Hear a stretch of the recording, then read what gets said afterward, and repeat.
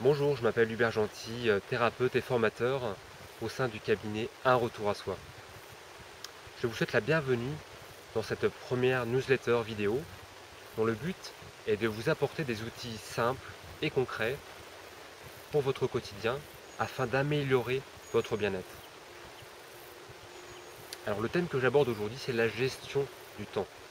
En effet, nous sommes au mois de septembre, souvent synonyme de transition, et cette transition peut s'accompagner d'un certain stress. Alors le stress, c'est un thème sur lequel je vais revenir sous différents aspects dans les newsletters qui vont suivre. Pour résumer, le stress est avant tout lié à nos perceptions d'une situation.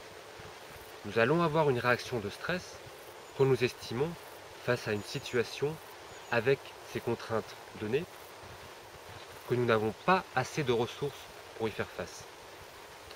Pour revenir à la gestion du temps, c'est est-ce que j'estime avoir assez de ressources temporelles, assez de temps pour effectuer toutes les tâches que je me suis programmé à faire? Si ce n'est pas le cas, nous pouvons ressentir d'être débordés, de ne pas être dans l'instant présent et quand nous faisons quelque chose, de penser ah bah tiens, j'ai encore ça, ça, ça à faire. Et donc ça engendre du stress. Ça consiste à écrire, de préférence le matin, la liste de toutes les choses que vous avez prévues ou que vous avez à faire pendant votre journée. Et là, je vous invite à bien distinguer le professionnel du personnel. Le deuxième point, ça va être de hiérarchiser vos tâches une fois que vous les avez écrites. Je vous propose un classement simple qui est en fonction de l'urgence et de l'importance de ce que vous avez à faire. Alors j'utilise un code couleur qui est visuel et qui me parle tout de suite, donc vous pouvez faire pareil.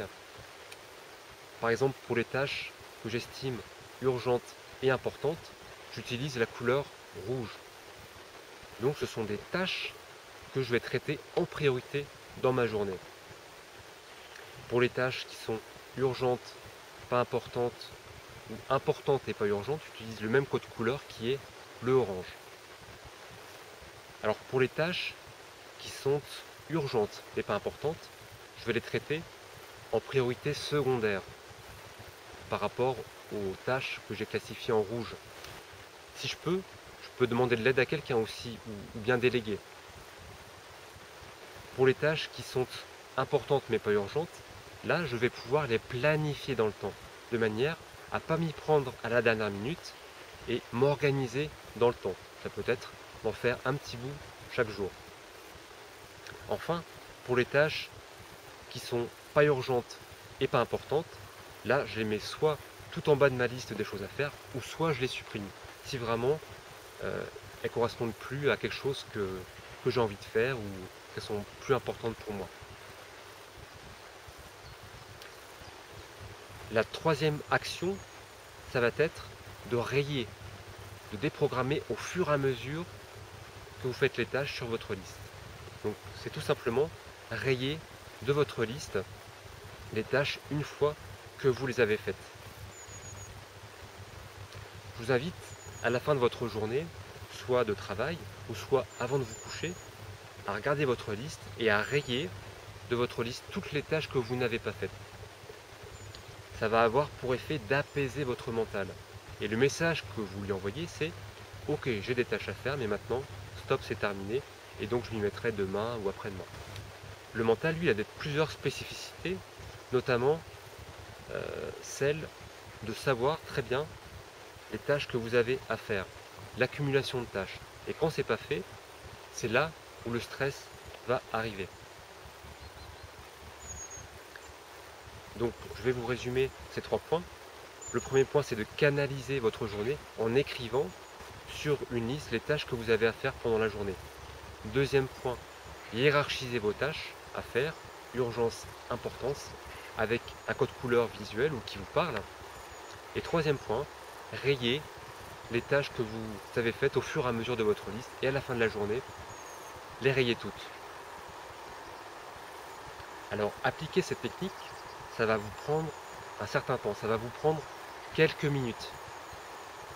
Ça va aussi vous prendre quelques minutes, le temps de les hiérarchiser et éventuellement de faire une liste complète de tout ce que vous avez à faire. En revanche, c'est du temps que vous allez gagner dans la journée, de par votre organisation nouvelle.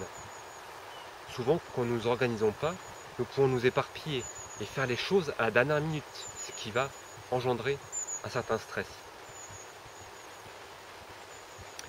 Pour anecdote, il y a une personne à qui j'ai donné cette technique-là et qui se sentait vraiment débordée et pressurisée par le temps.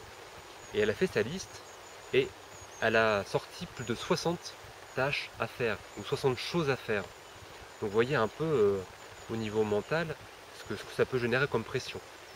Et du coup, elle a classifié ces tâches-là et elle en a supprimé certaines qui ne lui correspondaient plus. Et du coup, ça lui a permis de gérer son temps de manière beaucoup plus sereine.